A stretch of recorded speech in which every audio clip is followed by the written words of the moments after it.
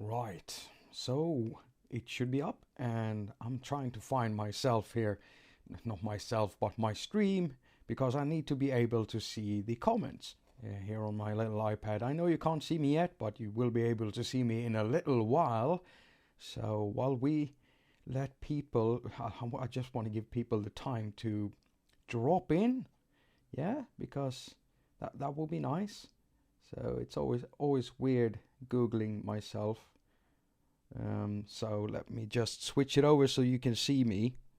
And there we go. There we go. So now you should be able to see me, and I'm not able to find my own stream yet. So I don't think enough time has passed for the stream to actually go live. There's this delay, it's delayed, I think. So I want to say, I'm not going to say anything yet. I'm going to run my little intro loop here because, yeah, I just love doing that.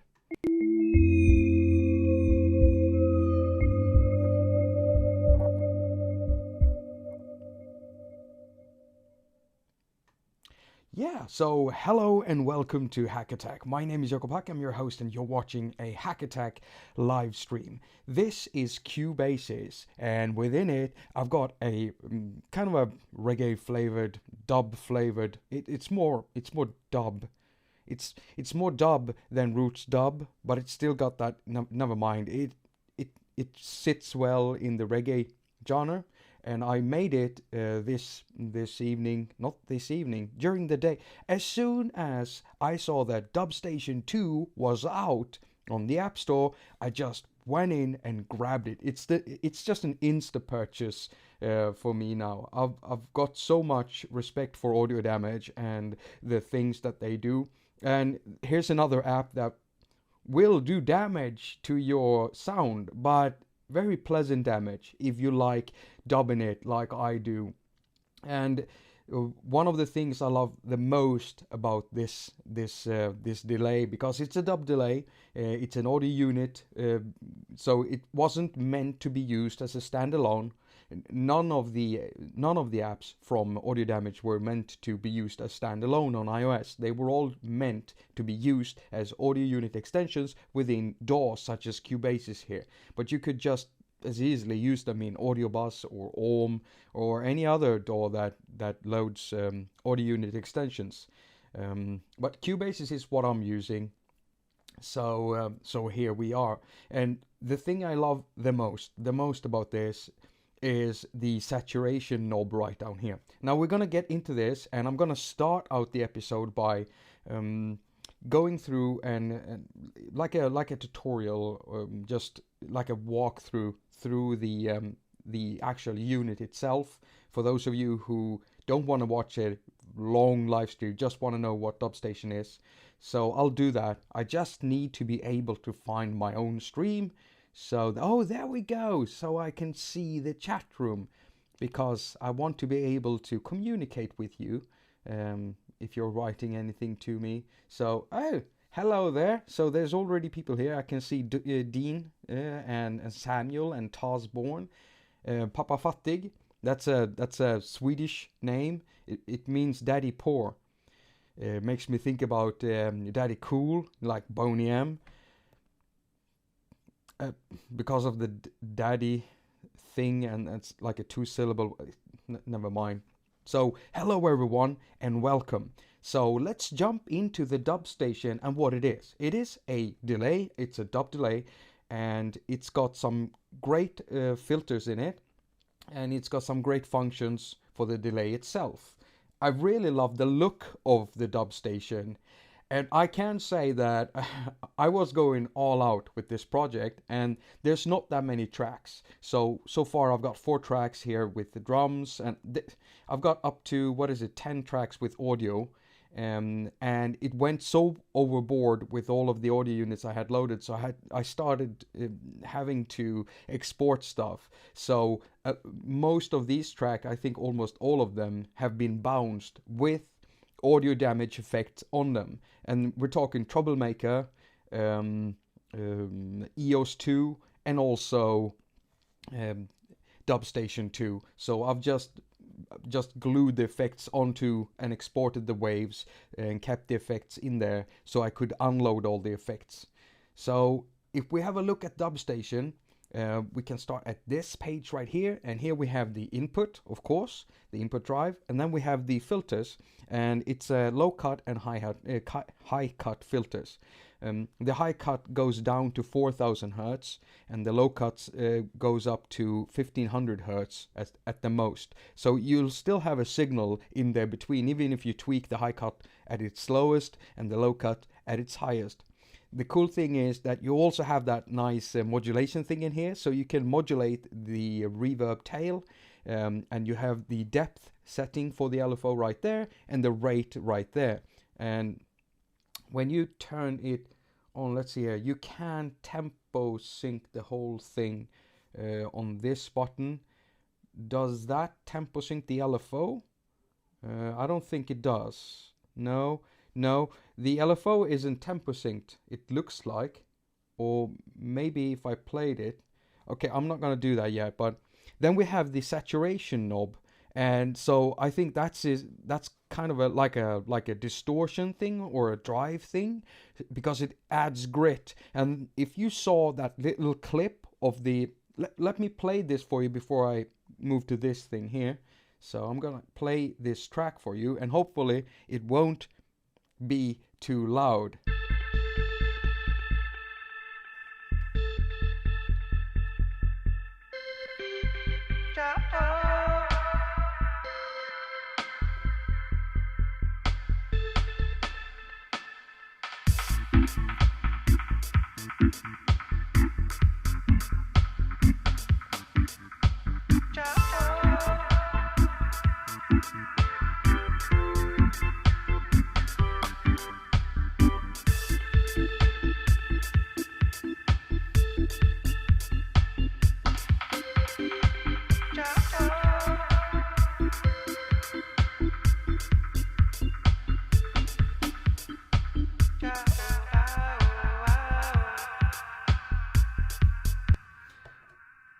Yeah, so I just recorded this 5 minutes after I went out and got Dubstation. And yes, you're right, Tos, to think about me when you saw Dubstation, because it's just, yeah, it's amazing. So you can hear that my vocals are repeating themselves and they're getting like distorted, and that's with the help of the saturation knob. Now I do have one complaint, and that is that I don't know how it is in other DAWs, because I know that all of the audio damage apps or software on desktop, they can be used with MIDI. So I think there are like MIDI CCs mapped to all these knobs and everything, but we can't access them here in Cubase. So I can't find any way of assigning MIDI to anything. And that's something I would love to do with the saturation knob and the feedback knob. I mean, that's something you do when you work with dub such as this. You like, I mean, that's just something you do. So I would really love that addition in Cubase, and that's something I also want for EOS, like being able to modulate the wetness and the room or the decay or something like that. That would be nice. But so far we don't have that. So I kind of have to do it manually, and then I'll just route the audio out from Cubase and in again and just record whatever I do. The old-fashioned way, like when you're using real analog delays and stuff, like I've done in the past. That's what I did on stage. I just tweaked it live. I mean, that's the most fun thing anyway. And when you're doing dub, it's kind of a thing. When you're doing dub, especially roots dub, it's a thing to actually dub it live. That's how you make a real dub thing. Maybe that's a bit backwards. I mean, you don't have to do that, but I do respect people who do. I used to be at this... well, I'll tell you about that later. So in the middle here we have all the timing controls for the delay tail. So we've got the delay time, but you can see two now. So what I'm going to do, I'm just going to do it like this because I don't want to mess this one up. I'm just going to add another audio channel here, and I'm going to load up another Dubstation 2. So as you can see, when I load it up like this, we have one delay time, and so we have to activate it for double the delay time or stereo, and you do that over here. So you've got single mode or dual mode. So in dual mode you have two time settings, two timers, and in single you only have one. You can also set the delay to ping pong. You have the mix blend knob right there, and then you have the output level. So there's not much to go through here, but the ping pong and the single and dual mode are important.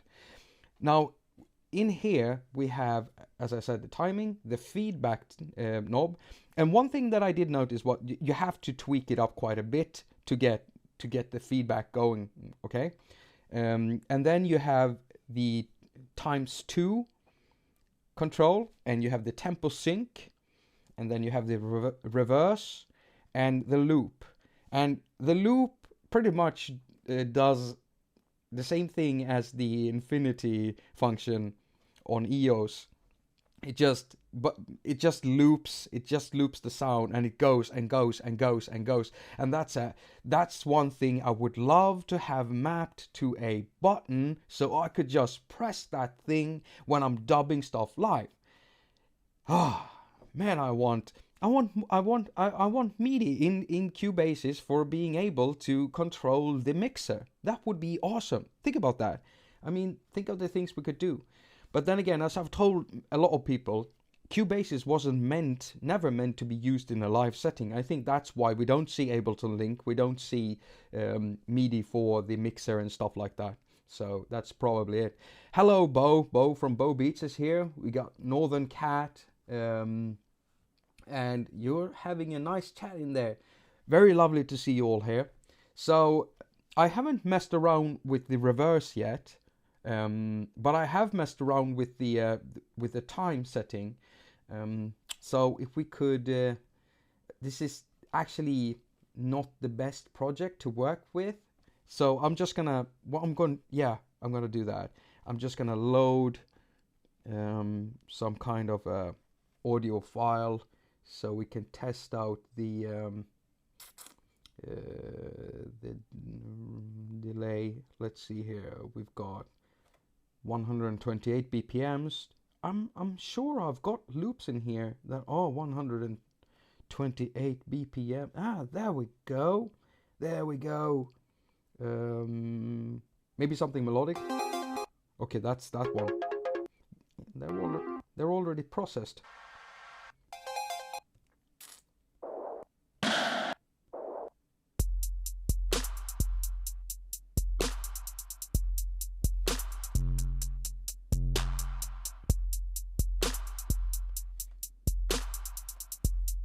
Yeah, let's use that for now. Let's loop that up and just solo that one out.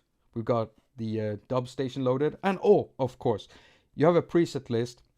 And now some people were reporting problems with the preset system, and Chris, one of the guys from Audio Damage, he told us about it in the post that I made when I made the when I was live streaming with the EOS 2 and Cubasis. He kind of came in there and told us what the problem was with the presets and stuff. And you know, I said in the stream, let's blame Apple, and I think I was right in that. Let's just blame Apple for it. The preset system, I haven't tested the preset system in this one, but I'm gonna do this. I'm gonna press save as, and we get user preset 1, and it's not like we can rename it or anything, right? No. Okay, so there is a problem with the user preset system, but you can say presets. I don't know how well it loads now, but Chris and Adam is at it. By the way, Audio Damage are two guys. They're two guys doing it. I talked to Chris via email before talking before live streaming, because I wanted some inside information. Because I was talking to another developer who thought that it was only one person doing the apps for Audio Damage. So I asked them directly, and he told me that Adam does the DSP programming and circuit boards and stuff, and that Chris, does the user interfaces, plugins, and all the public-facing stuff like the web page, support social media, and whatnots. That's his word, whatnots. So two people are making the audio damage stuff, and I think they're awesome. If these are, they're at a certain level with their stuff, and I think they've got that top cream there with their apps. All of their apps that I've tested so far are awesome, and there's 4 out, and one of them is free, and that's the Rough Rider, and it's a compressor. And I've used Rough Rider in here, although it's not loaded now. Also EOS. Grind I didn't use here because I didn't feel a need for a distortion in here. I'm already getting that from Dubstation. So let's just roll this loop. And hello, Christian. I'm happy you could join us. Christian Cepino is here, who was here. Was it yesterday? Was it yesterday I was live streaming? And we also have Dave Wells. Hello, Dave.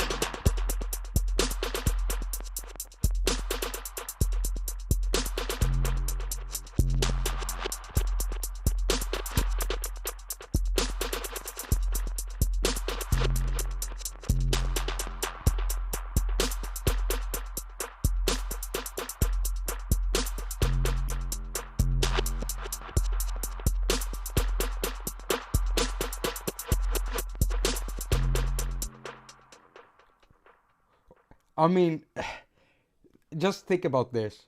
Being able to do all of these things live with MIDI is just insane. It sounds absolutely brilliant. It's just, I don't know what to say. It's, yeah, that definitely did something for me. Oof, that's so good.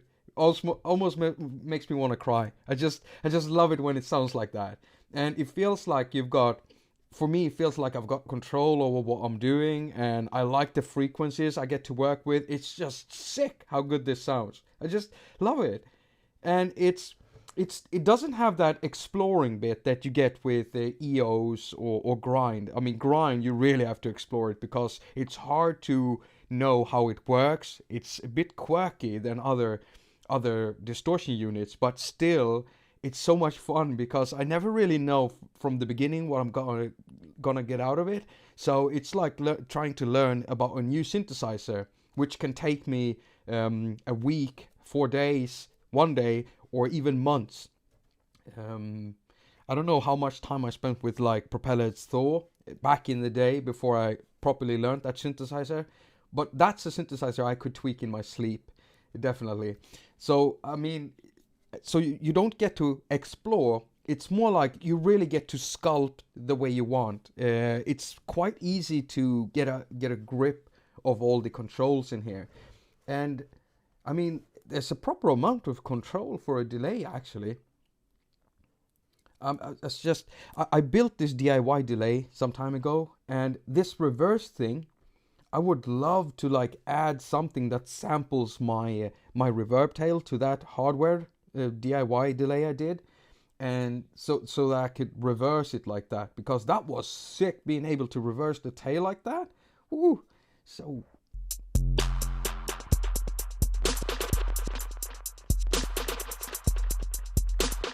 that's sick. That's absolutely sick. Oh, love it. Hello, Marcus. We got Chasing Dogma here too. It's a nice group. Nice group in here. Right, so let me, since I've done the review, not the review, we are going to continue reviewing this. We're going to continue feeding more, like more material into this awesome delay. I do recommend it. I have put, if you just wanted to see, if you came in here from the beginning, you just wanted to see what Dubstation was all about, there's a link down in the description. Go grab it. And when you do that, when you use my link, I get a percentage from that because I'm an Apple affiliate, like any other blogger. So anyone, if you want to support your special blogger, then just go to their blogs. You've got like Synth Anatomy, you got Discord, you got is it like iPad Cafe or something?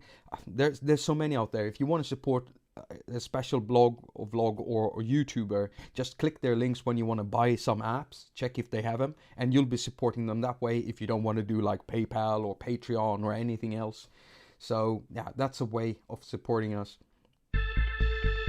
So this track right here it consists of four tracks with drums, and all of these drum sounds comes from the new Classic Machines drum machine inside the in-app purchase inside Cubasis.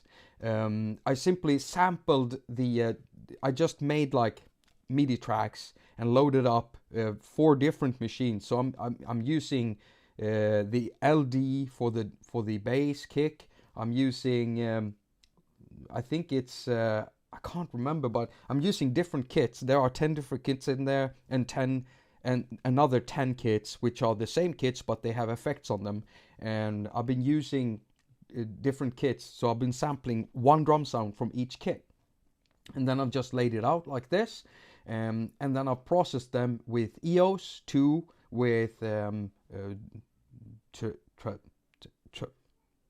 with Rough Rider, and also Dubstation.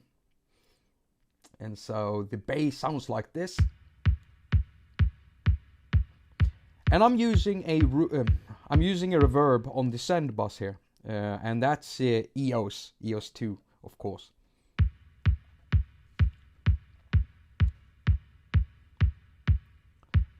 Wait, that's the wrong channel. Yeah, I'm still using a send. The sends are the same, and then I've just simply filtered off the drum a little bit. So if I remove this, that's what the kick sounds like.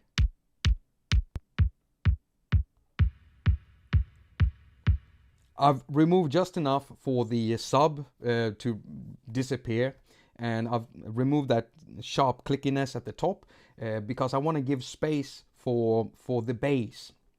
Now that's basically the drums. The cool thing is this dub snare.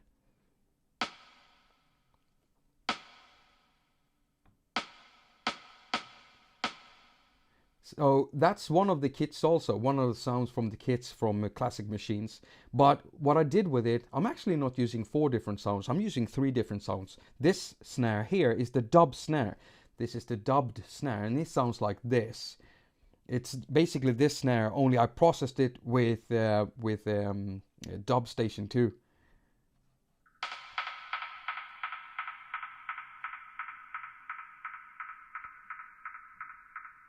Yeah, oh, love that. It just went on. It keeps on going. I had to kill it with a nice fadey slope there. Something I do miss in Cubasis that we used to have in Cubase is a way of actually giving the slope a different shape. So instead of having this straight slope like that, just doing a slope like that or a logarithmic slope like that. That would be awesome. Hello, Mateus. Hello, Ed. Very nice to see that so many people are joining up. I'm always grateful when people are joining up. Let's continue checking this out. Then I've just got a hi-hat. Don't know exactly what kit it came from, but it's from Classic Machines. And then when we come to the bass, now I wanted a bass that sounded like a finger bass, like a fingerplay bass. And I've got the Madrid Gadget inside Core Gadget. So this bass actually comes from Core Gadget, from Madrid. That doesn't sound like a bass, but this does.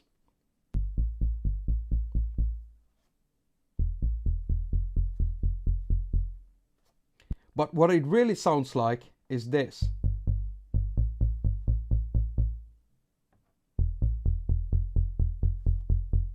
And then I've just filtered off all of the top down to 500 hertz, so you can see the shape there. And I've put a dip in around 100 hertz because that's where that's where the bass drum kicks in. That's where the kick is. Okay, so it needs that space. So these two don't need to fight with each other. And since this is dub, I don't want to do sidechain compressing or anything like that. It's unnecessary. I'm just simply removing a bit from the bass where the kick goes and removing a bit from the sub in the kick where the bass goes.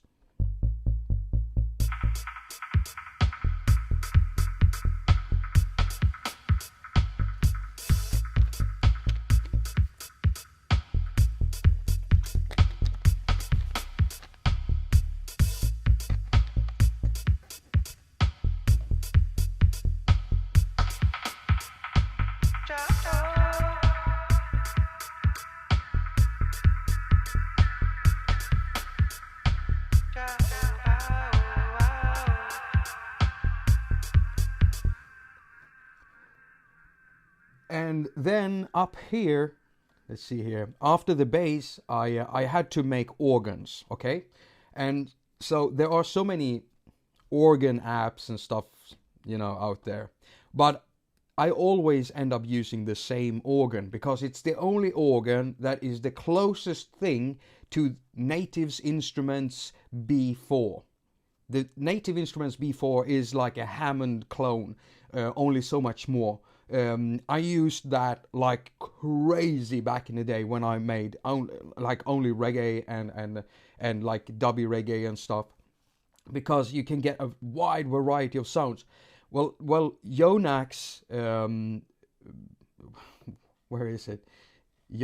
Come on, not Magellan. Did I say Magellan? I'm sorry, I did not mean Magellan. Galileo organ. Yonax Galileo organ is so worth the money. If you want organ sounds and want to be able to produce any type of organ sound, whether it's church organs or club organs or like old school rock organs, it doesn't really matter. Reggae organs, it even has some reggae organs presets. Then Yonax Galileo is just sick. It's sick. It's absolutely a killer. It's a killer. So, God, that's so loud.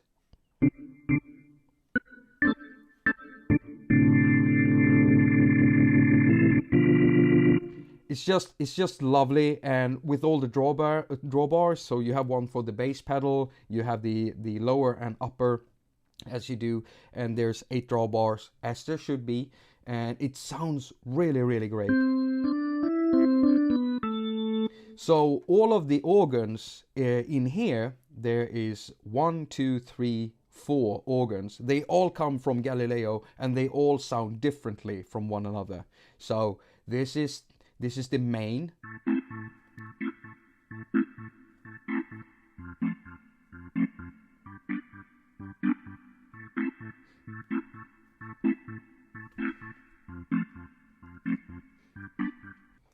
I just want to get into playing everything. Okay.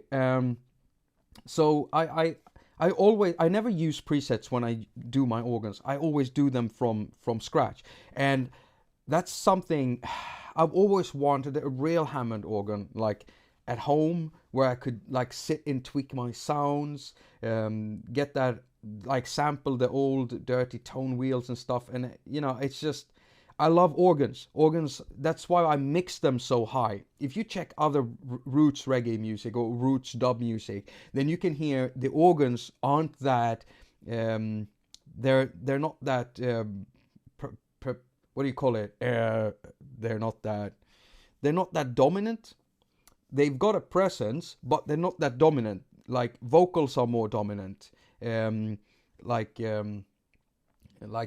ska effects, like those are more dominant. Lots of other things are dominant, especially the bass and the snares. But in my music, if you check my old music, in fact, I am gonna put up my older tracks that I've made on my Patreon in the haQ vault. I'm gonna put all the songs there. I kind of hidden them away from you because I think they're cringy. So yeah, you're gonna have to become my patron if you want to listen to them. Oh God, some things are just too cringy, you know. You do things in your musical life, and there are some things you don't want other people to find. And there are some videos out there, I hope that no one has, of me, because that would be horrible if someone found those. So I've kind of regulated the stuff I put up there. I've even deleted some old YouTube channels back in the day. Now that feels kind of sad doing that. It feels really sad. And I don't have the original clips because they were on these tapes. We had taped clips, and I never put them on my computer where I saved everything. I had it on a hard drive, and that hard drive broke, and I lost so many years of work in samples and audio, and it's the first time I ever learned how important it is to back up everything. So now I've got several hard drives at home with stuff on it that I probably never use, but you know, you don't want to lose all that musical experimenting you've been doing. So the next organ here, and hello everyone joining up, the next organ here is also of course from Galileo.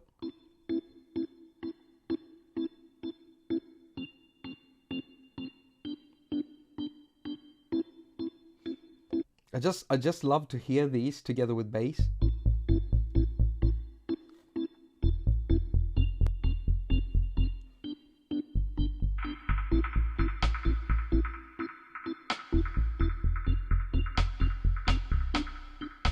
I just love that. Oh, I grew up with reggae music, and my most favorite type of music is like the old, really old time ska.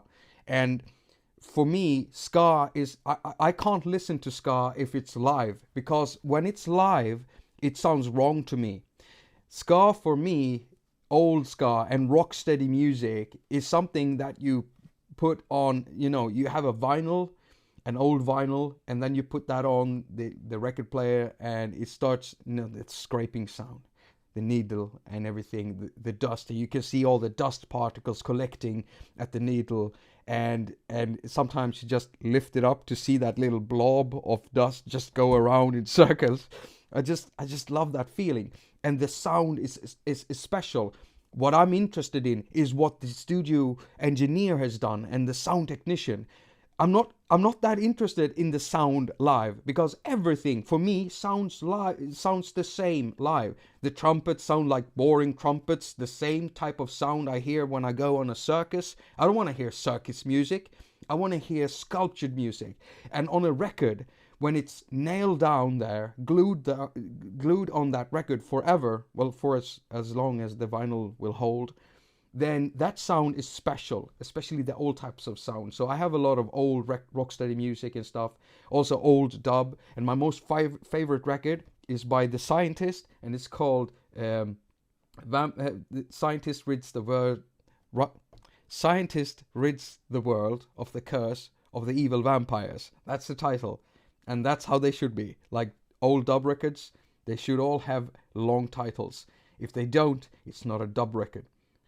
And that's why I had long ridiculous name for my records in the past.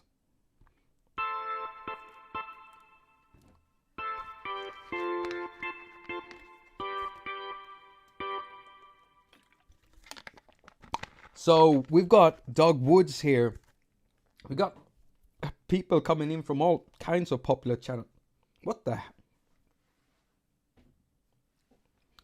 I think I swallowed a bit of my mustache. Feels kind of horrible. Hello, Doug, by the way. Doug just, he uploaded a cool video yesterday. I didn't have, or the day before that, I didn't have time to see it until today, where it's a patron exclusive, so most of you can't see it unless you're a patron of him. But he's demoing the Poison 202 presets I made for for Poison 202. Obviously, I always say obvious things. I'm so smart, and he's yeah, he's saying some pretty hilarious things about me. What was it about me and GIMP clothes and stuff? GIMP, I don't know, but yeah. Let's see here. We got another one. Yeah, we got this one too.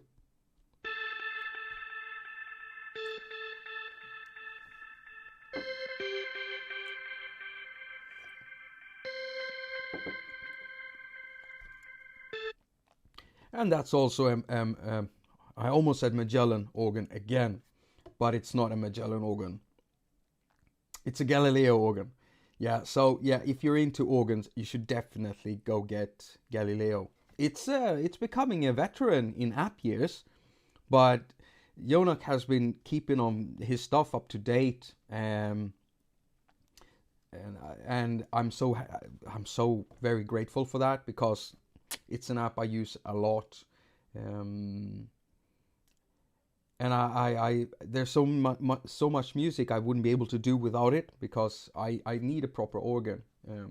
I've tried other apps. I have a Korg module, and I have got the IK multimedia stuff also, and some other app I can't remember, and they got good organs in there, but being able to control it like that with all the drawbars and the vibrato, the different types of vibrato, and the cabinets, you gotta have an app that is made to make organs only to get that level of control. So that's why I love it so much.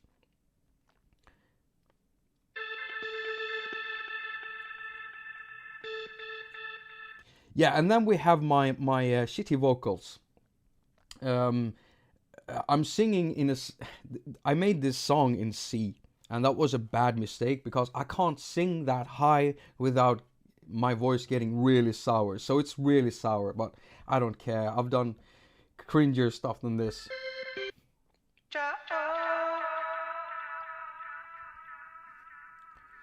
It almost sounds as if the oh, I'm gonna remove the LFO there. Oh, it blinks when you... Okay, never mind. So now it should sound right. So on the vocal channel, this is the channel, the only channel I haven't bounced yet with all the effects and stuff. Well, I did bounce it just in case, but I'm still using the vocal bits as they were with all the effects on it. So on here I've got a channel strip, and I'm using the noise gate because they're fixing the fans on this house and it sounds awful, okay? And I can't block the sound, and it's starting to seep into my videos now, so my future videos are gonna have that until we can move away from here. That vent has been crazy, and it's been horrible actually, because we've been getting all the neighbors, like all the smells from all the kinds of places you don't want to have smells from. Certain rooms you do certain things in, and also like oil smells of oil and food and everything coming in through the vents, and that's not fun when it's coming into the bedroom. So why did I start talking about that? I don't know. And then I've used a compressor. I'm not using the compressor, the saturator. So I'm driving the signal, just making it a little bit dirty. And then I've got a studio equalizer here, and you can see I've done a lot. So if I play this without the equalizer on it,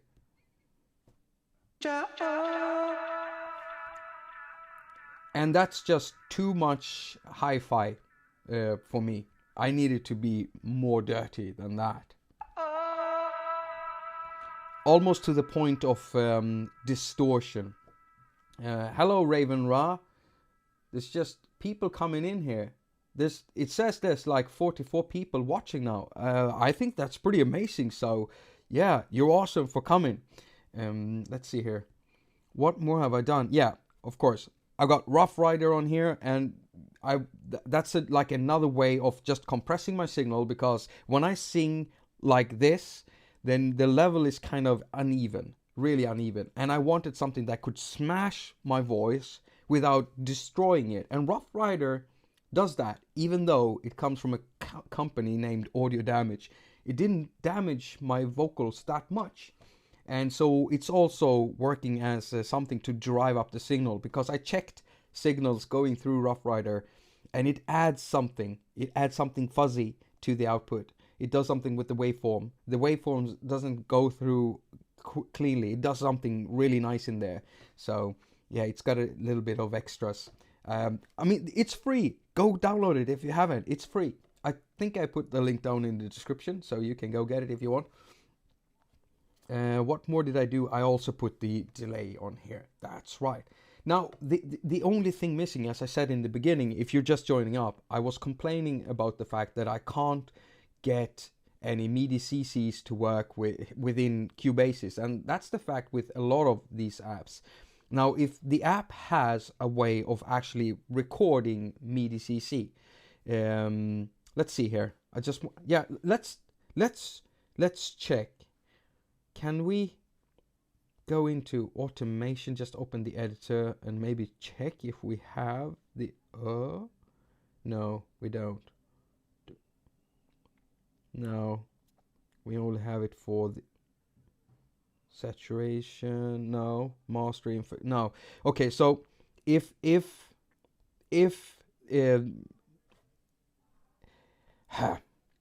audio, no, come on. If Dubstation 2 was talking to Cubasis and telling Cubasis that, hey, I got MIDI CCs on these knobs and these things, then they would show up in this list. And if there was like a settings page inside either of these apps where you could like assign a MIDI channel or something like that, if it had like MIDI settings, then you could map a controller to it. If it had like MIDI learn or something, you could map a MIDI controller to it, and when you do that, then it would show up in here, I think. But at the moment we can't do that. So far, whenever I wanted to like control the dub delay or do a dub delay, I've been using another plugin. So I'm gonna add a audio here, and I'm gonna load that cool trap again. Yeah, come on, load it up. So Cubasis has got a nice in-app purchase. So there's basically let's see here. There's 2 FX pack. Okay, so is it this one? So the first pack contains a tape delay, stereo delay, long delay, stereo width, non-linear reverb, and early reflections. So these are all like old school effects, and they sound really good. And then the FX Pack 2, you have stuff that I'm most interested in. The pan tremolo rotary speaker, love those, especially with my organs. Bit reduction, love that too. Talkbox, wah-wah pedal, and enhancer. And the thing I was no, it's the tape delay. That's the one, the tape delay. So we're gonna load that one in here. Let's see here. Tape delay. There we go. Tape delay. This one, all of the effects inside Cubasis can be automated, basically. So they're recognized in here. So if we check in here now, I went to the open editor, and I go into this list, and then I go down, and we can see that I'm in track 11, inserts, and we've got tape delay time, feedback, pan, gain, and mix. And so that's how if I want to automate the time, that's how I've automated stuff before in this app. And you gotta arm it for that. I can't remember how I'm supposed to do this now, because it was some time ago that I did. Haven't been working with Reggae for 6 months almost, I think. But you can automate stuff in here. You can just, what I usually do is I start recording. Okay, I'm not gonna arm that track. let's record a little automation here for that tap delay thing. So I'm gonna open the tap delay first, like this, and I make sure that it's like this one here is right. So we just tap that one and then press record.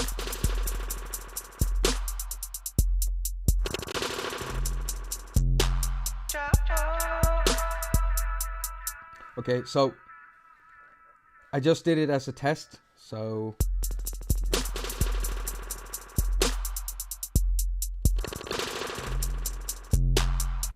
with this one you can. So that yeah, I just want the audio damage app to get like some way of communicating with Cubasis, so we can automate the stuff as we probably could on desktop. I'm pretty sure we can on desktop. I think I might have seen something about that when I read the manual for Grind, I think it was. Yeah, that would be awesome. So yeah, I'm just gonna play this track again, so that anyone who might have missed it or wants to hear it or something.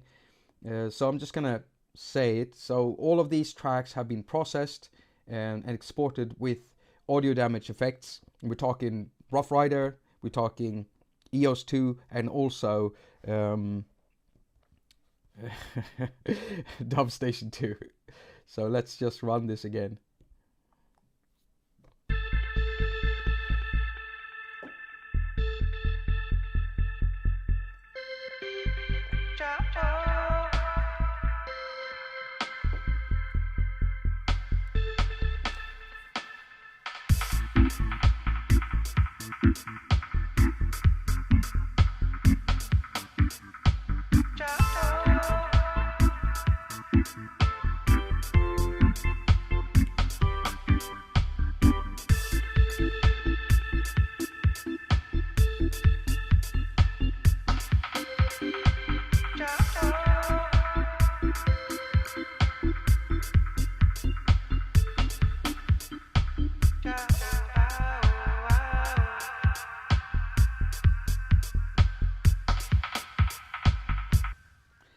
Well, there you go. Okay, so what I thought we would do now is just experiment a little bit with sounds. I want to load up a piano or something and try out some dub delay stuff on it with Dubstation.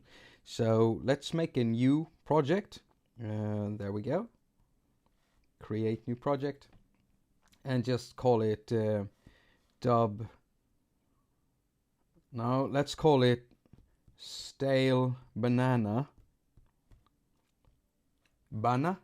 Stale no, it's banana. Bananan?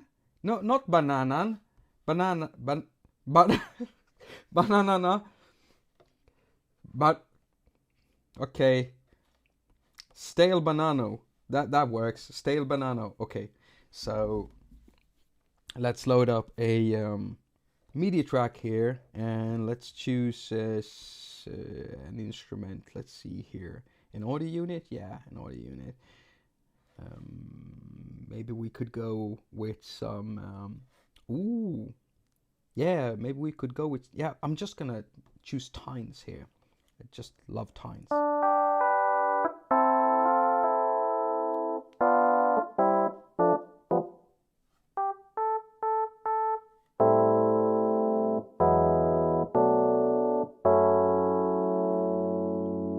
Yeah, let's put some delay on that.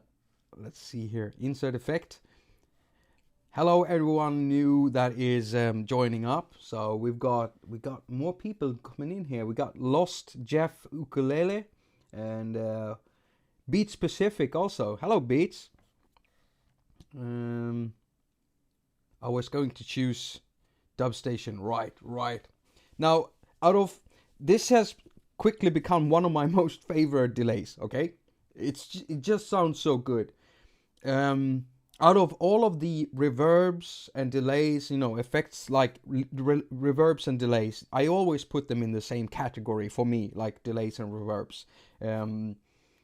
These are just things that I always reach for whenever I feel I need some more spaciness going on in my track. I always go for these ones. I usually do not use flangers and choruses. Especially not phasers. I don't like what phasers do. I like phasers sometimes, but it's mostly because they do stuff with the bass area, and I really need the bass area to be under control. And whenever I use a phaser effect and I filter off the bass just to be able to have that in control, oh, hello crumpled, then when I do that and filter it off, it doesn't sound like a phaser anymore, and so it's kind of void. It's almost a null, volt null. I don't even know what that is. So let's see what we can do with this one. So we're gonna try out the let's record a little thing with the record thing here. Okay. Yeah, that's not too violent. Let's put up the keys here. Ooh.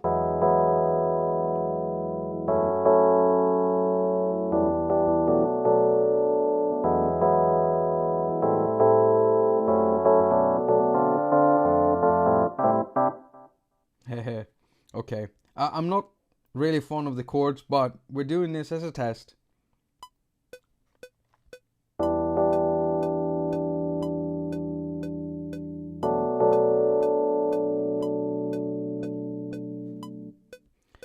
There we go, and I think we've got it. So just press quantize on that because I'm lazy. I'm not gonna do it by hand, no. And hold, and it loops. And let's...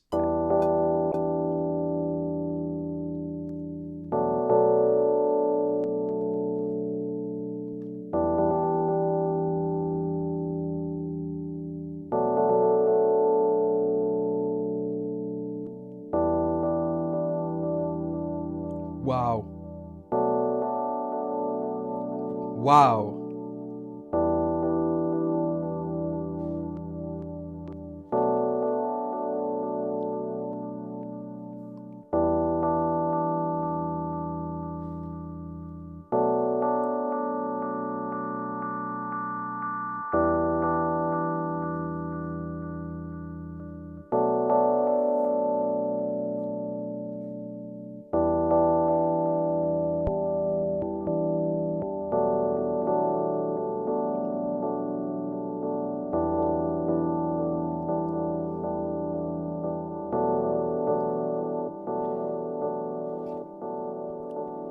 It sounds really, really good.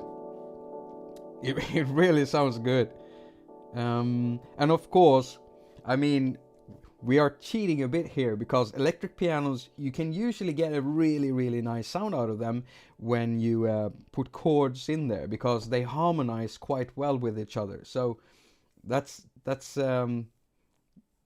yeah, I can't help myself. I just want to use harmonized stuff every time I want to test out something new. That's mostly how I work too, with vocals and everything. So what I'm doing right now is I'm looking for... No, I'm not gonna use that. But I'm looking for drums.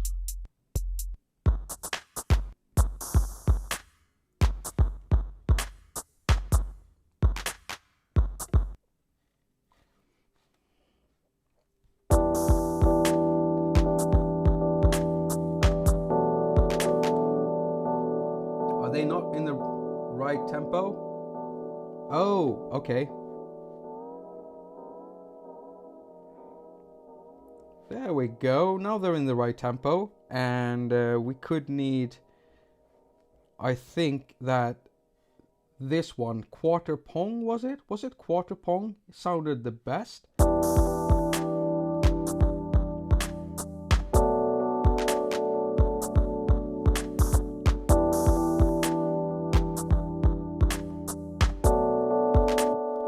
Hello, Hello, Monkong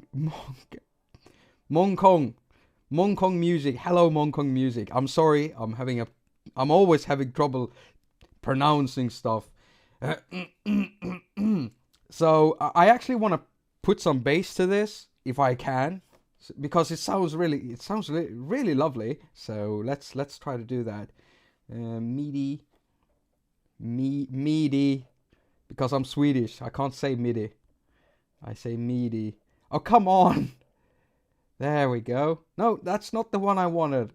Stop. I think they've prolonged the time for this before you can actually lift the track and move it. Back in the day, it used to be shorter, I think. You just like for a second at the longest. 1, 2. Oh, it's still a second. Okay, maybe I'm just impatient. Yeah, it's most likely me being impatient. So I wanna put some.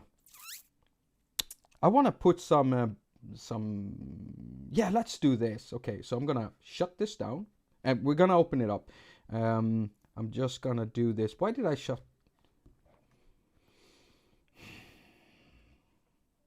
Right. So let's do this.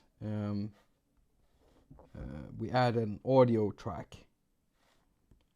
And into the audio track, we're going to route an interrupt audio. And we're gonna do, let's see here, Gadget. Cool Gadget. There we go. And we got Madrid loaded. I'm gonna load up another Madrid Gadget. Right there.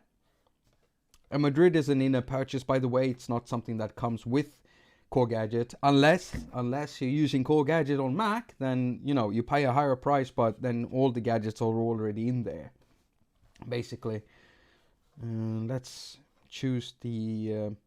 Oh, here's something weird with Gadget. If I choose Cubasis now, I don't think this is going to work. I have to choose all other channel. Let's see here, and I'm gonna choose channel 2.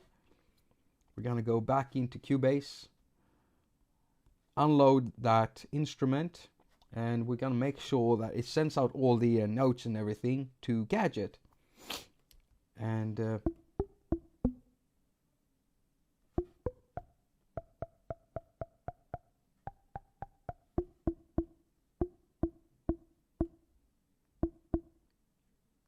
that's weird. Oh, so we got DJ Hear Damage in the stream. Hello, DJ Hear Damage. I'm just gonna call you DJ from now on, because I have a problem pronouncing my stuff. Is this really? Is this it? Is this Madrid? What?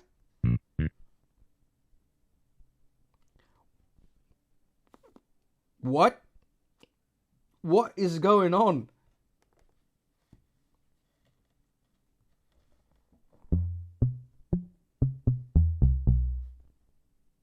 Which one am I? Oh, wrong channel. It is actually working. It is actually working. Maybe I only get that problem with Craft. If I choose, never mind. It's just okay. So now we're not getting any. There we go. Okay, so I've chosen Gadget in the output and channel number 2. And if we go, and I'm playing it and we can't hear anything. And if we go into Gadget now and we look at the MIDI settings, then we can see that I've chosen Cubasis and channel number 2. So it should be working, but it doesn't. So if I, instead of choose Cubasis as a MIDI input, I'm going to choose all ins. And this is probably going to work now. This is weird. See? There we go. It's got the wrong bass sound. And I can't play like Doug, so Doug, if you just laugh it off, Doug. Laugh it off. Doug Woods, he can play though. He can play. He plays like a god, like a gimp god. Let's see here. Go in there. Make this a little bit longer. Some people were asking me in the last stream, well, after the last stream, like, why don't you just use counting time when you record? Well, out of habit, I usually place my stuff shorter like this, and you can only have like 1 or 2 bar count-ins, but I never use that in when I produce off camera by myself. I just place it like that because I'm so impatient. I can't wait for a bar or 2 bars. That won't happen. So I just place it like that and press record and I start singing. Just because I'm impatient. It's a habit. So no pre-counts. No pre-counts. And I don't want to have to listen to the metronome for longer than I have to. So I usually don't use the metronome by myself. I put a drum loop over the whole track that I'm not going to use, but I put a drum loop there that has the right type of rhythm for me to sing to. If I want to sing in a certain way, I'll choose another type of drum loop. I'm still not going to end up using that drum loop, but I want to hear that as an inspiration for when I'm singing, and then I just remove it when I'm done. So I never listen to metronomes when I'm by myself. It's the metronome is it's helpful, you know, but not when I'm producing music.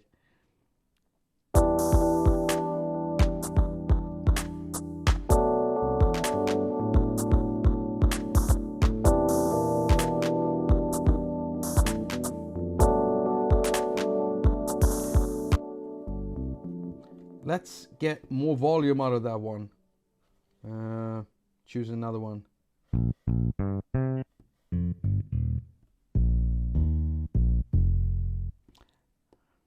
Do we have like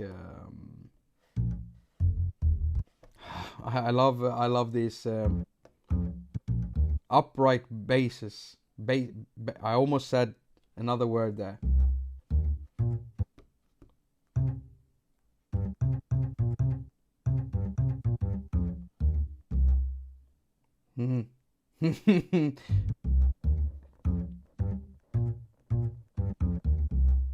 Hello Eric Bisum, and welcome to the stream.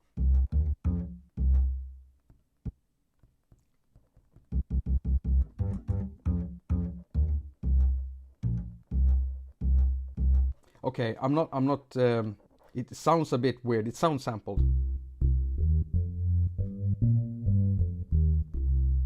That might have the right type of sound for me, so let's just go with that one. Master output is at the highest now.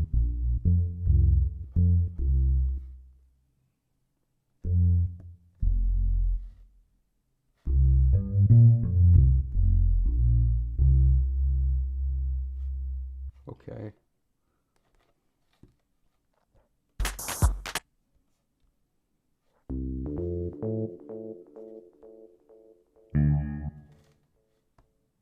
What is happening? Am I not?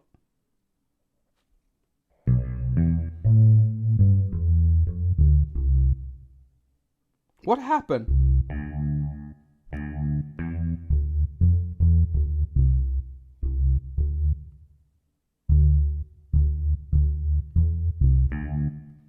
I'm not being crazy here, am I?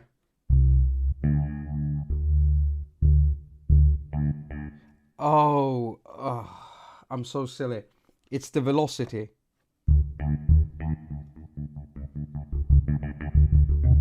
That's weird.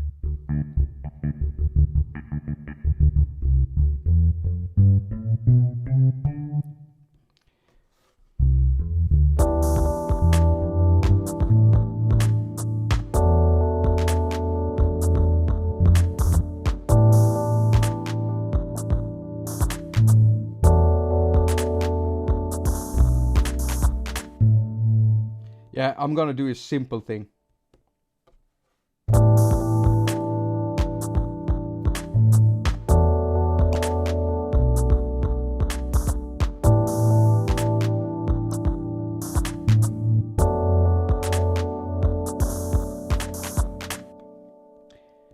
That's enough for me, I think. This beat making session isn't going as well as the last one. The last one went pretty well, the one before this one. Wasn't that bad, actually. It came out with something that sounded pretty nice. And we had fun. Let's see here.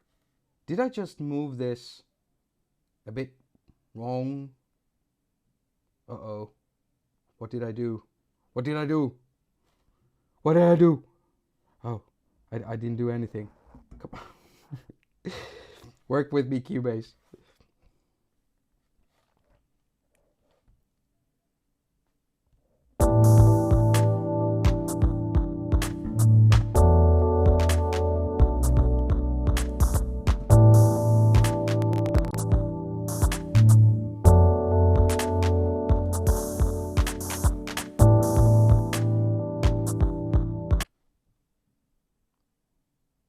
Oh.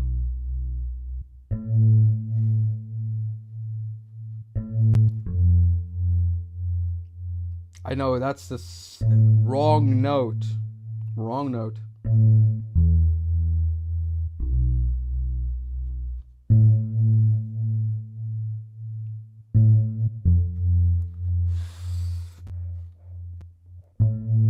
Oh, that hit the wrong note there.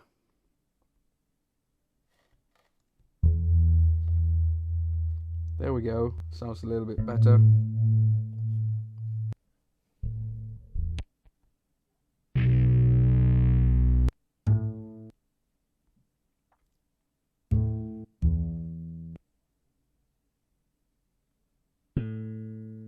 Actually, yeah, that works for me. Let's use this one, but we're gonna filter this one off.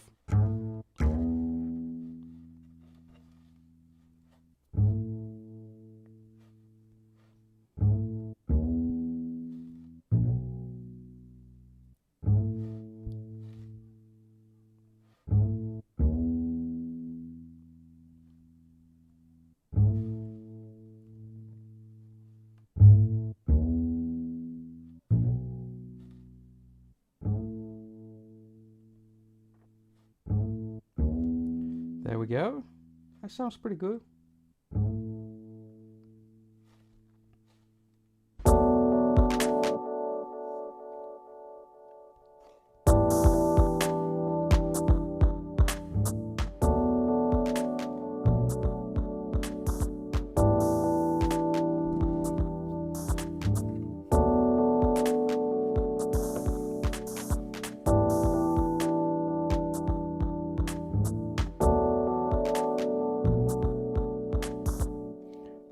It sounds pretty cool. Now, I'm gonna try to introduce Cyril to this again. I know I've been quiet for quite some time.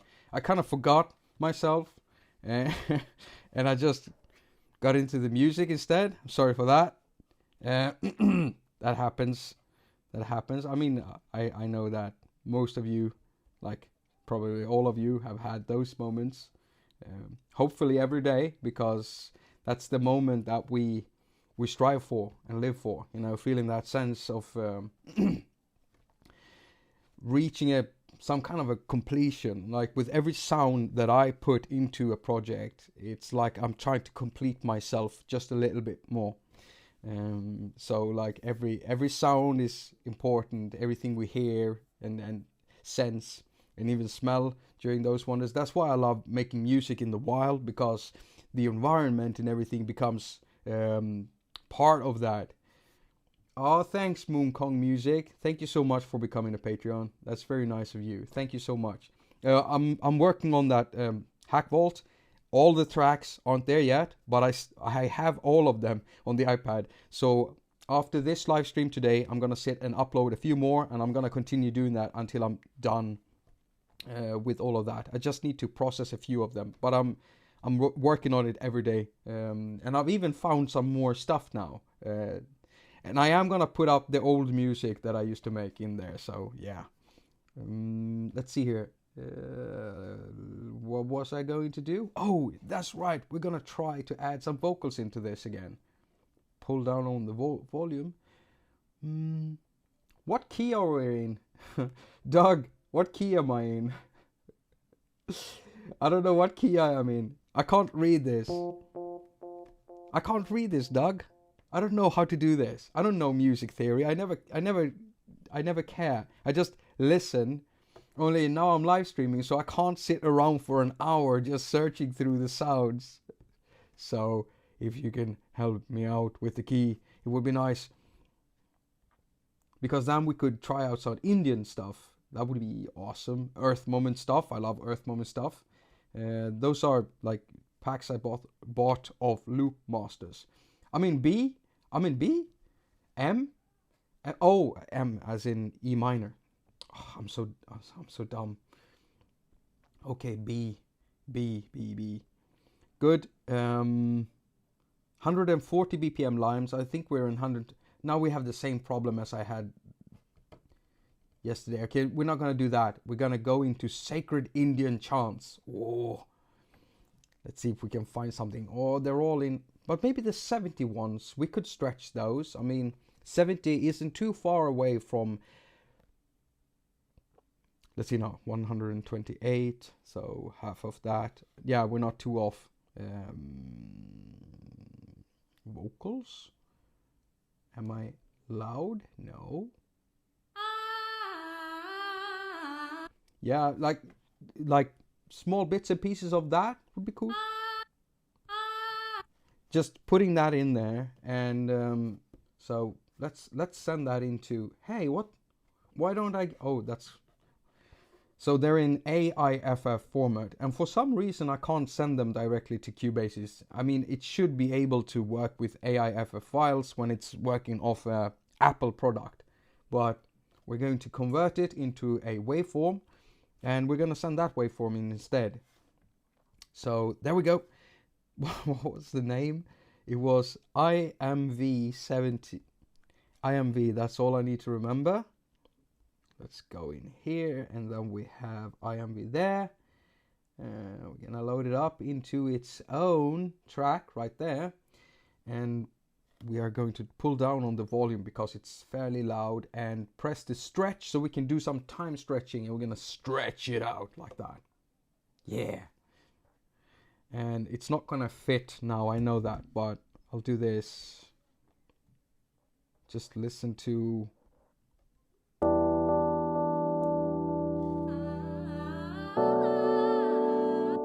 Wow, that sounded cool. That sounded cool. Okay. No, don't do that. Don't do that. Jakob, stop. Stop it. Cut there. Yeah, we're gonna cut there, split it there, and split it right there. And then we're gonna put a Dubstation on it and make it a little bit dubby. Come on, load. Audio unit, Dubstation 2. Yeah, there we go. By the way, if you have any questions or stuff, or anything you want to ask about me or the show, or you want answers to some questions that you might be thinking of, maybe an app you want to buy or something. I mean, think about this. You've got Doug Woods in the stream here now. You can also ask him. I don't know if Bo is still here, but if he's here, he also has a lot of knowledge about synthesizers and stuff. So there's a big knowledge base here. You can just ask questions. Just go ahead. I always forget to ask that right before I end the stream, so people don't have enough time to actually think about questions that they might have not. But if they haven't thought about questions, maybe they don't have. Okay, so let's just see what this cheese. Yeah, we need something longer than that. See, this is why I love buying samples. I mean, I actually live in an area where there are a lot of Indian people. Like all the people living in this area, I actually live in one of those areas that Trump tweeted about, saying something about this being a no-go zone. And some person in England or in the UK did that too. Some reporter. Either way, I'll just tell you that no-go zone. We don't have them in Sweden. We don't have them. We don't have them here in Sweden. There are no-go zones. I'll admit that the area I'm living in has been, they've had a lot of troubles with some stuff between the people and the police, and both sides have been acting like idiots, and both sides have been acting nice. It all depends on what kinds of people you meet, right? Basically, I'm not blaming anyone for anything, but there are no-go zones, and I feel safe walking here, during the evenings and nights. I'm not that worried. I would be more worried. I'm more worried when I'm in the dentist chair, to be quite honest. So let's give this a little bit more time, and let's make it a dual delay, and let's see what we can get out of this thing.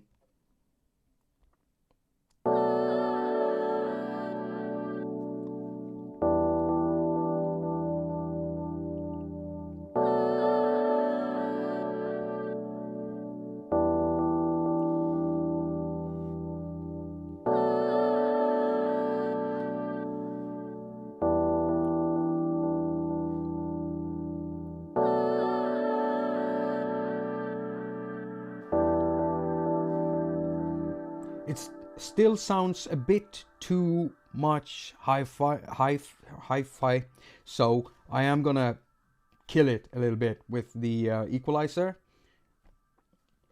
Hello, Elizabeth Cantori. Cantori? Sorry if I'm saying it, I'm pronouncing it wrong, but hello.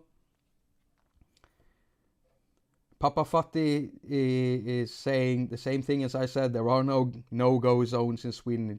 They don't.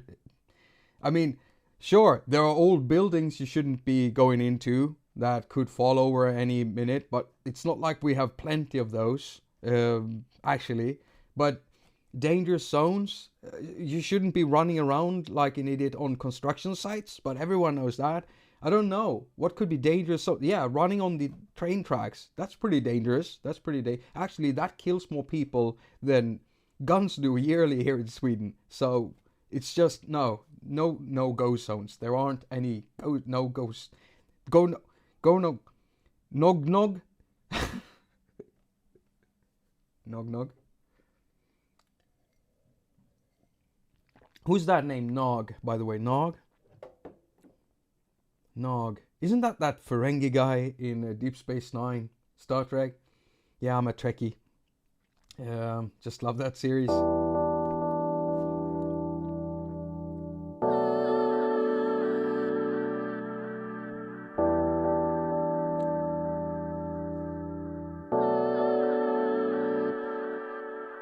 It's starting to sound pretty cool, so what I'm going to do is I'm going to chop this up in even more smaller bits and pieces. So I'm going to copy and paste that, put that at there, and then we're going to do this. Wait, did I do something wrong?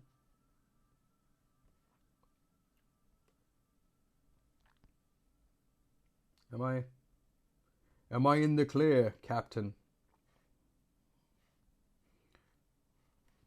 Come on, what am I doing? Okay, there we go. So let's make that a little bit smaller.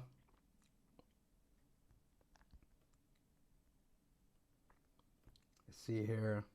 We could actually cut this up more. Oh, why did I do that? Let's do that. Let's cut this up more. Let's cut this over there. Split it there.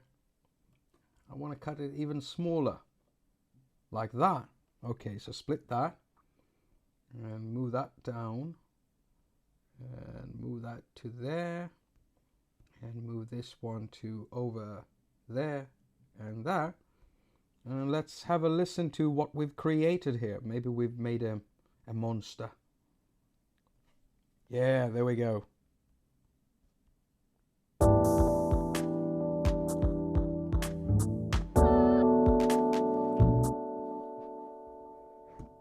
I couldn't hear any effect.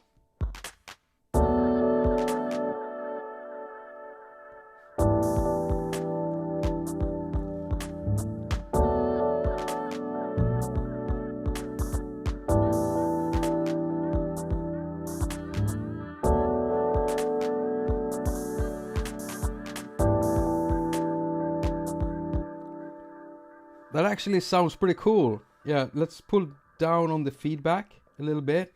And let's make it wet, really wet, with audio damage EOS 2. Yeah, let's do that.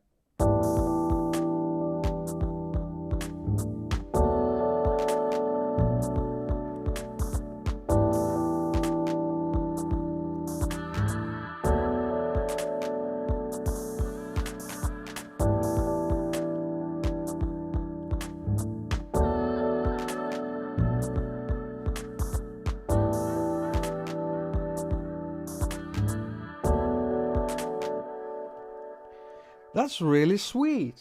I mean, now you can see how extremely versatile it is having these audio damage effects in an app or a DAW like Cubasis. I mean, that's crazy.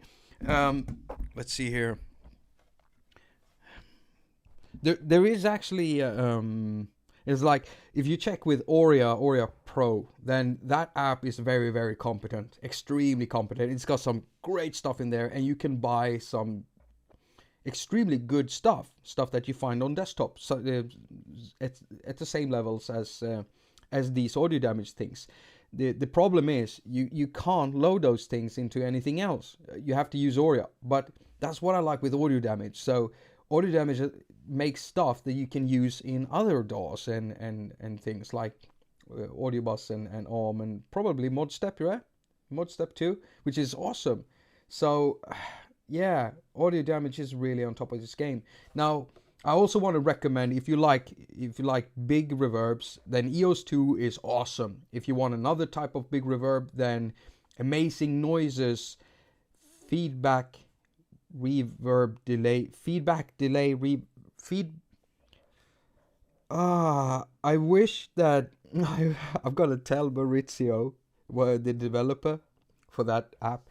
I'm gonna tell him you should rename your app.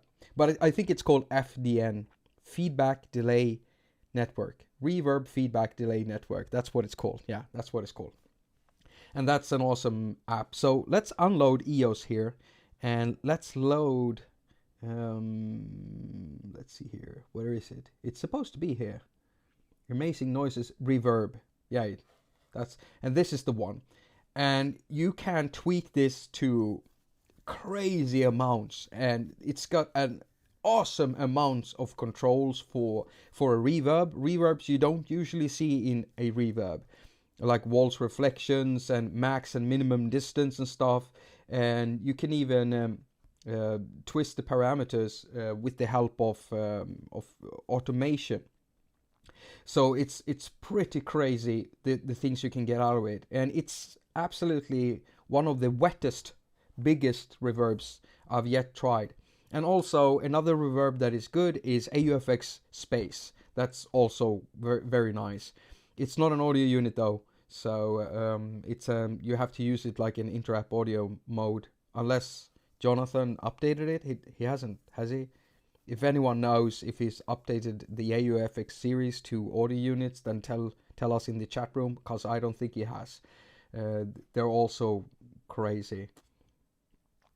Northern Cat says, watching Jakob work it with it, kind of want Cubasis now. Now, when people ask me, I got this question today. Like, I have GarageBand. Do I need Cubasis? Should I buy it now when it's on sale? And I'll tell you right away. My answer is always going to be yes. Is Cubasis good? Yes. Should I have Cubasis? Yes.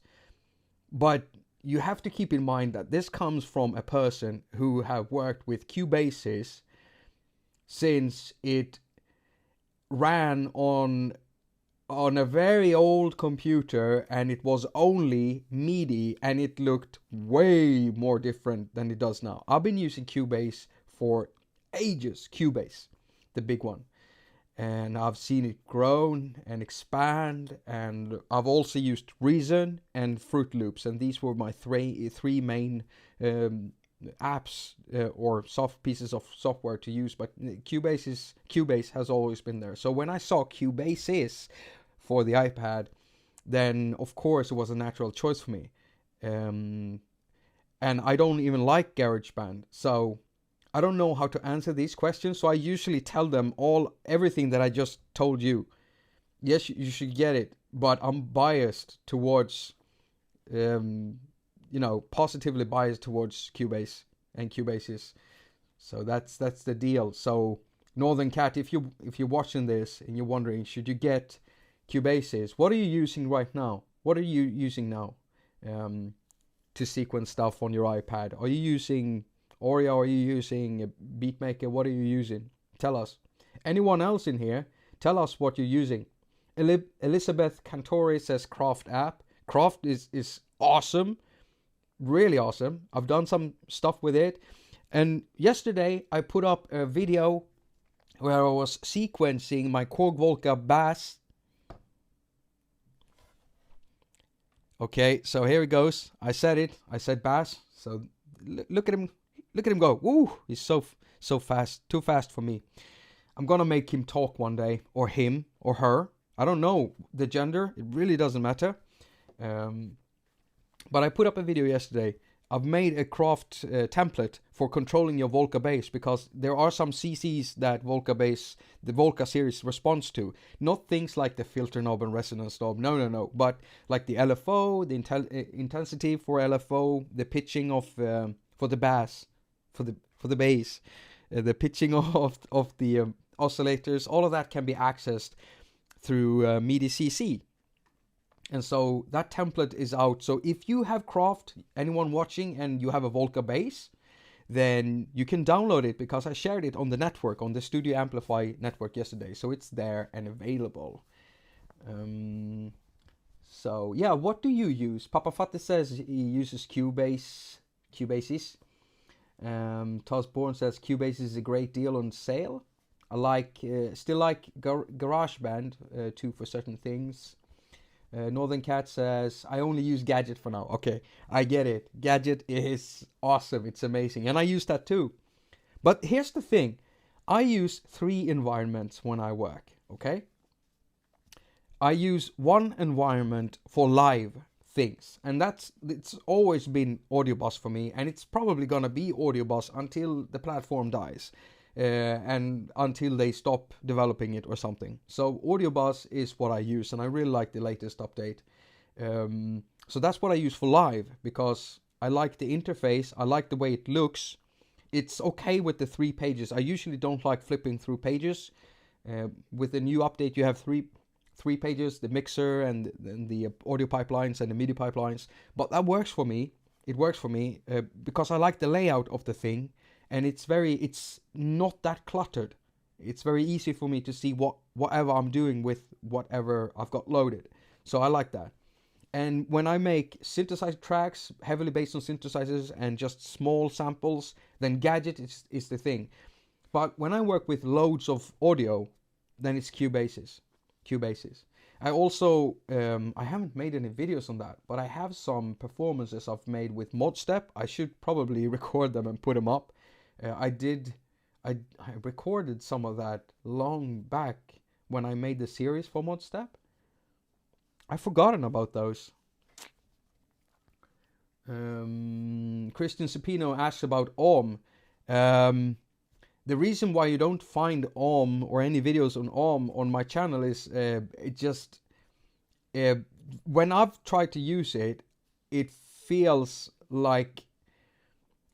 cluttered for me. So Audio Bus gives me a cleaner look. I mean, with AUv you do have like most of the things right on that page, on that same page, and that's awesome on the iPad Pro. But before that, I used the iPad Mini 2, and then it was way too cluttered. So I kind of like chose to go to Audio Bus back again, and it's for the workflow. I don't like AUv. It's not my thing. It should be, I know, but it isn't. And that's why you don't see me do any videos on it, because if I'm not that interested, if I don't find a way to use an app, then I won't make a video of it. So it doesn't necessarily automatically mean that if I don't make a video about something, I don't like it. There are lots of stuff that I like, but if I can't find a use for it, or if I find them troublesome to use, I just won't use them. So that's pretty much it. What was I thinking? Do you feel that you've gotten a grip on, like, Dubstation 2? Is this something you would want? Would you want to get Dubstation 2? It's awesome. And but I've heard rumors that there's another app down the line coming out from Audio Damage, and it's going to come out soon. I'm not testing these. I've had as much time to get friendly with these apps as you've had yourselves when it goes out there and I see it, and then I have to learn about it and do a video about it. And this time I didn't want to do like the regular guide and review thing.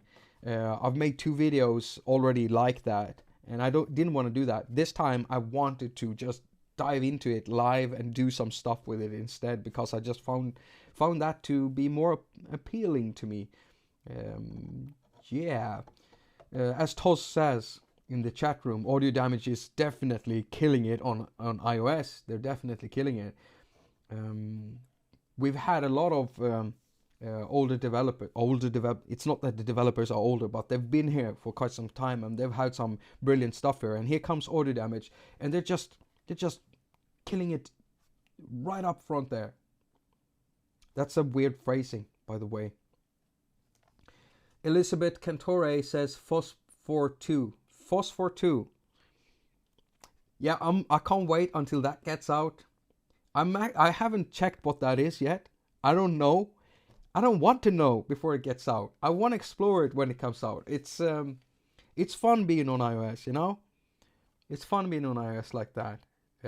There's always new stuff coming out.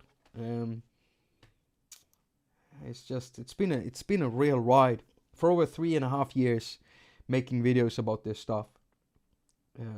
It's been crazy. I had a lot of knowledge beforehand, and when I got over to the iOS platform, I basically just had to find out exactly what of the things did what. Basically, like, I used to be able to do this on desktop. How can I do this on iPad? That was the premise. That's what I started with. And all I had was an iPad mini 1. And it's got the same spec as an iPad 2, like the bigger one. And so it's limited, 512 megabytes of RAM, and with the OS loaded and everything, all the drivers and stuff. Even if you kill Siri, even if you kill off everything, every process, the background updates, with the latest updates available for an iPad mini 1 and iPad 2 for the iOS, then I've checked the memory, and when all that is loaded, all you have left is like 200 megabytes of RAM or something like that. So running Cubasis with a lot of audio tracks in it, at this stage, not that doable. Not that doable. Because you need a lot of RAM for that. I mean, the audio has to be stored somewhere. And I solved that by recording shorter clips instead. What was it more? Let's see here. I've been streaming for how long? I always, for 1.5 hours. We've already had like a small Q&A, but I'm still gonna say that if you have any questions about anything, maybe about advice, maybe you have advice you want me to bring up or something, then just ask me, because I'm gonna be rounding this up and ending this live stream in a bit. I was thinking I was gonna live stream up to 10 o'clock. For me, that's like 2 hours, and I've been doing 1.5 hours now. Before this ends, I just want to recommend Bo Beats' channel. Bo from Bo Beats. He does a lot of synth stuff and also makes beat making and vlogs a lot. Interesting vlogs, things that make you contemplate life and music making and stuff. So do check him out. Also, Doug Woods' channel. Well, a lot of you might already know who Doug Woods and the Sound Test Room is. Definitely check out that channel. He's made some pretty cool like quick play videos now, and he's been putting out a lot of them. And the interesting things with those is that Doug can play, and so it's so much more different for someone like me who can't play that well. He plays like a god. So when you want to hear a synth, really what he can do, it's not enough only to just hear a few notes, you know, but to hear them in a musical sequence. And that Doug does that really, really well. Just a pure musician, so check out his channel. I also want to talk about Tatro, Nick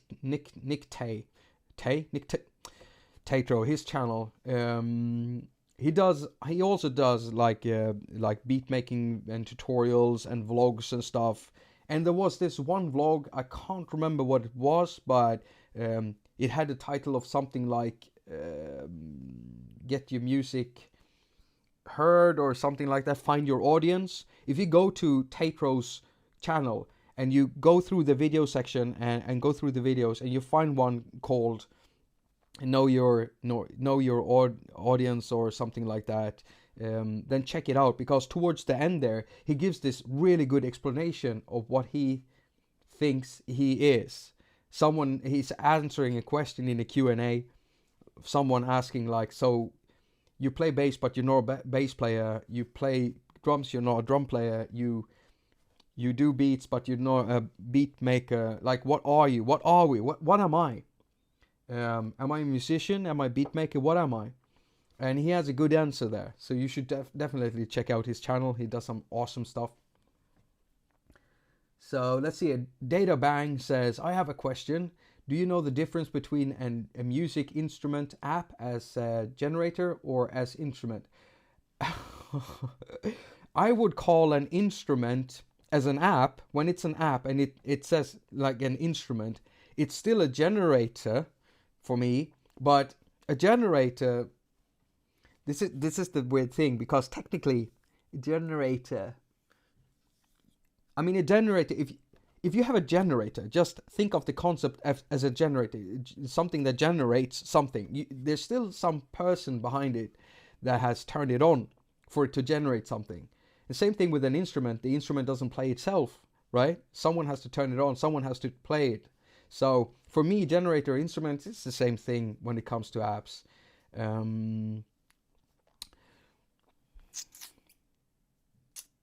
I mean, when I did the audio bus videos, when I did those two videos there for audio bus, in there I think I'm saying when you're loading up an audio generator, and you could see anything like that, like Gadget, or if it's like Yonak's steel guitar or anything like that. I mean, it's a generator, also an instrument. So for me, it's the same thing. But is there any Data Bang? Is there a special app that kind of separate between those in some way? I'm wondering how you why you're asking this. Of course, I'm curious. So if you could tell me that, I would love to hear it.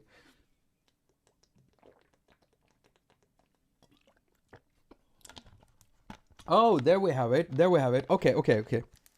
Samuel says it quite frankly. I didn't think about that.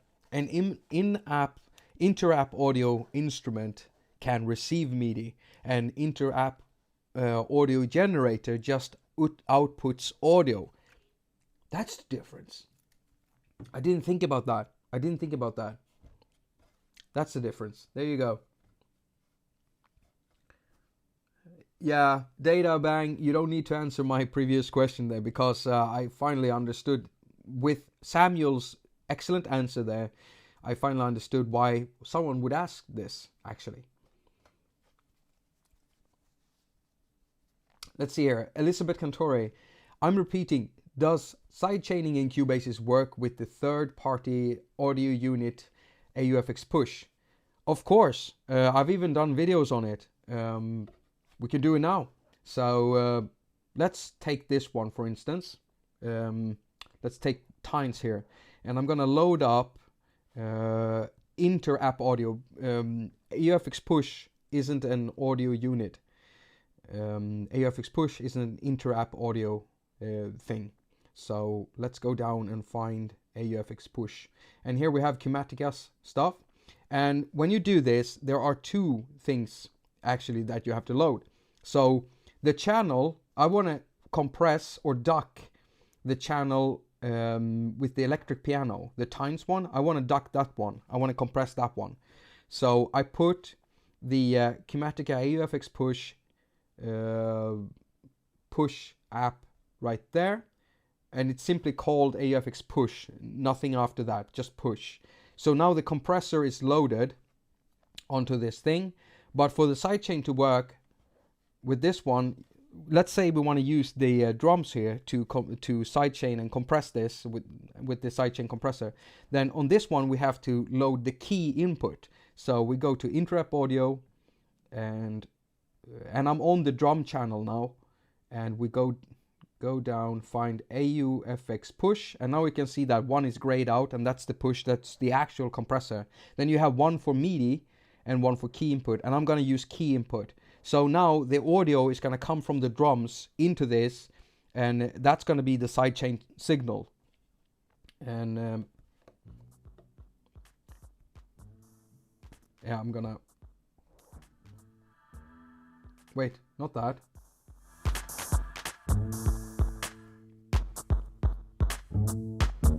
Do that. All right. Oh, of course. I think we have to start push. So the monitor is on. Let's see here. Sidechain filter on.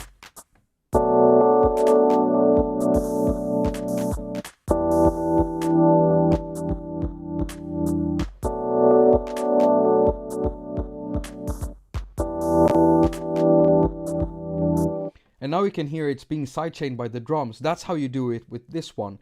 Audio unit sidechains. I don't think I have that. With, let's see here, Rough Rider. Oh, that's the problem. That's the problem.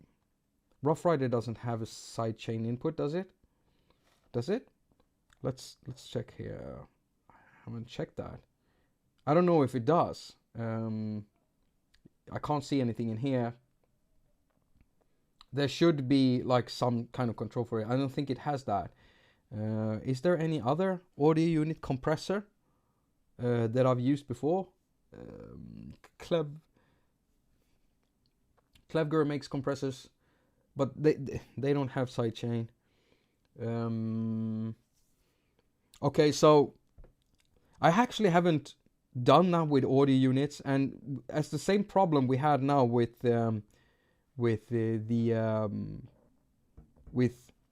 Dubstation 2, that we can't access the MIDI parameters or anything, so we can't really, you know, automate stuff here. Otherwise, if you can do that, like as let's see here, because you could also do it with MIDI, and that works for push too. You can map a MIDI controller to the threshold and do it like that too.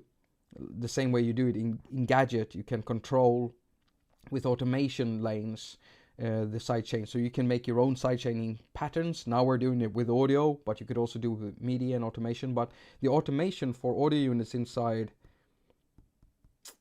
Cubasis is not here yet, is it? Oh, I'm sorry. I'm starting to. I think my mind is getting tired here. I stayed up for too long this night.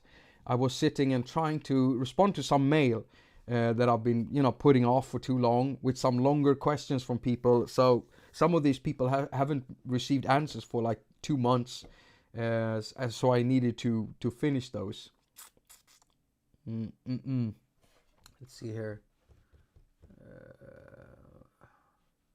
Is there anyone who solved that?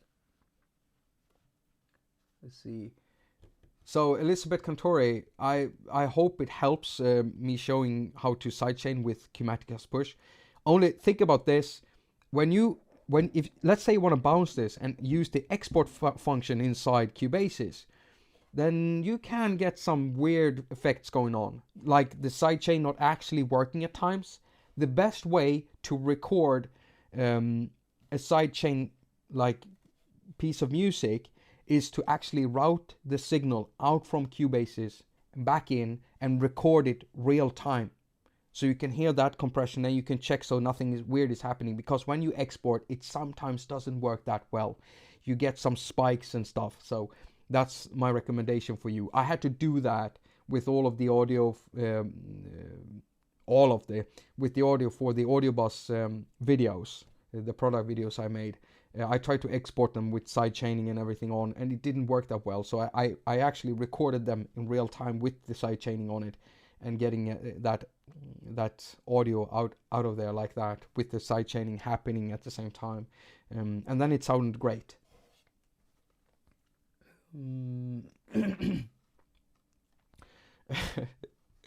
Brambles, yeah, Brambles. Yeah, you were talking about Brambos. Brambles, that's nice. Okay, I'm gonna end this. I'm starting to lose my voice. And so I want to thank you so much for joining this live stream. It's been a blast. I'm always happy and I feel privileged to be able to do this for you. So thank you so much for coming. And yeah, if you have any topics or anything you would love to see live streams about, join me on Twitter. If you don't have an account, get an account. I'm really active there. I put up videos and photos of stuff I'm doing all the time. And if you ask me questions that I can answer under 2 minutes, make a mini tutorial of, it might end up being a Twitter quickie, which is like a 2-minute short tutorial on some things. So you should definitely do that. Oh, you're welcome, Databang. You're welcome, all of you. Thank you so much for coming. So I've also got do I say that? Thank you. I have this rhythm that I say all the time. Thank you so much for watching. All comments and ratings are very much appreciated. I've also got a Patreon account, so if you want to support creativity, if you find this content to be something you want to see in the future, if you like it, if you want me to expand on the show, maybe one day hire someone, I would love to do that. Build like the haQ empire and provide you with the stuff you want to see. Not an empire, I'm kidding, of course. Not an empire, just maybe 2 people doing stuff. Maybe animating some of my shows. At least one of them. I wouldn't. Other YouTubers do that. They hire someone to animate some of their shows. That would be fun. I don't know if it's suited, but you could probably cut and edit some cool stuff together and animate that. Never mind. So if you want to support this stuff, then yeah, join me on Patreon. All Patreons get access to the exclusive Patreon only playlists, where I do Patreon only videos and Patreon only live streams. And also the haQ Vault, where you can download all of the music I've been doing on during these years on the show. I'm uploading more and more of them. In the end, I think it's going to be about 100 tracks. Now, they're not all like 4 or 5 minutes long. They're in the rawest format as they were when I made them for the show. So I'm putting up all that there.